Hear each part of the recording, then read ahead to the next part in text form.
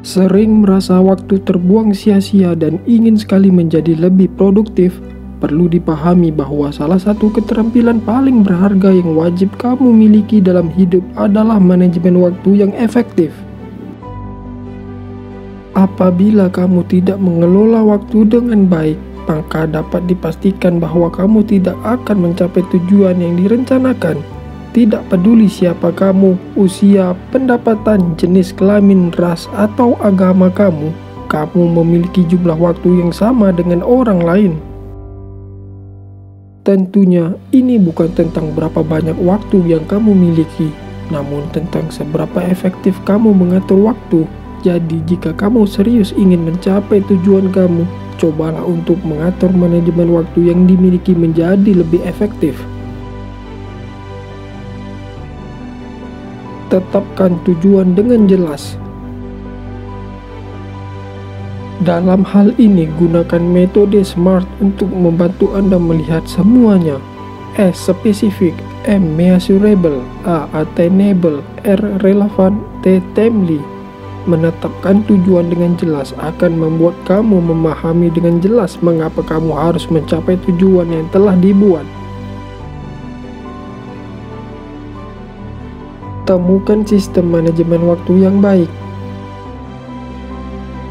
Salah satu tips untuk mengatur waktu kamu adalah menemukan sistem yang tepat dalam mengatur waktu. Sistem manajemen waktu dalam kuadran dapat menjadi pilihan paling efektif. Cobalah membagi aktivitas kamu menjadi 4 kuadran berdasarkan kepentingannya. Pertama, mulai dari hal-hal yang sangat penting, mendesak, dan menjadi prioritas. Kedua, kemudian dilanjutkan dengan hal-hal yang penting namun tidak mendesak. Ketiga, lalu hal-hal yang tidak terlalu penting tapi harus dilakukan. Dan keempat, diakhiri dengan hal-hal yang menjadi keinginan dan tidak penting. Rincikan waktu kamu selama 7 hari berturut-turut.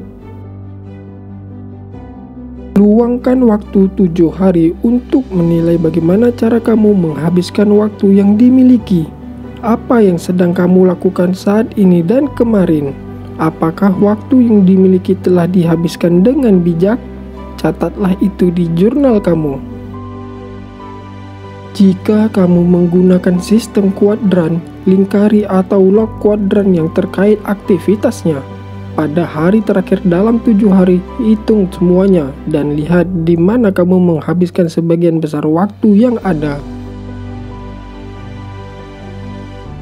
Masukkan kebiasaan kunci ke dalam hidupmu. Charles Duhigg dengan pedih menciptakan kebiasaan kunci dalam bukunya yang berjudul The Power of Habit. Dalam arsitektur, batu kunci adalah batu yang menampung sebuah batu lainnya. Kebiasaan kunci tidak hanya membantu membentuk kebiasaan baik lainnya, tapi juga membantu menghilangkan kebiasaan buruk juga. Fokus pada kebiasaan utama dan kamu akan menjadi lebih baik dalam mengelola keseluruhan waktu kamu dengan membuat pengembangan kebiasaan kamu menjadi lebih mudah. Hilangkan kebiasaan buruk. Salah satu pemboros waktu terbesar yang kita miliki adalah kebiasaan buruk kita. Entah itu terlalu banyak membuka media sosial, bermain game, atau hal-hal lainnya tanpa disadari telah menghabiskan waktu berharga yang kamu miliki. Gunakan waktu kamu dengan bijak. Dengan menghilangkan kebiasaan buruk kamu jika kamu ingin secara serius mencapai tujuan besar dalam hidup.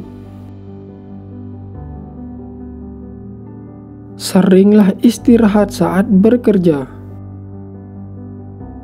Kamu mungkin merasa bahwa semakin lama kamu bekerja, maka semakin maksimal juga hasil yang akan didapatkan. Pernyataan tersebut tentunya benar. Akan tetapi, tahukah kamu bahwa tubuh dan otak kita akan menjadi lebih produktif apabila memiliki istirahat sejenak? Jangan memaksa diri untuk terus bekerja tanpa henti.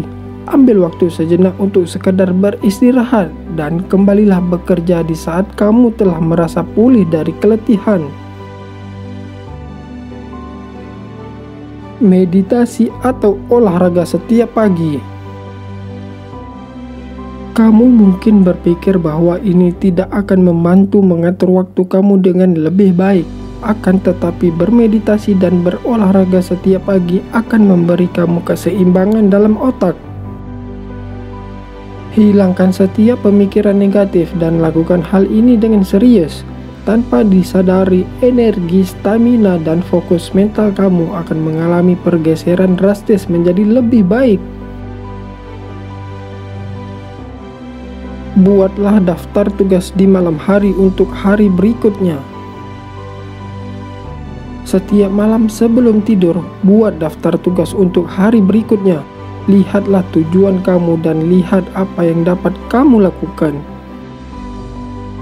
Dengan membuat daftar tugas, kamu menetapkan tujuan untuk hari itu secara efektif.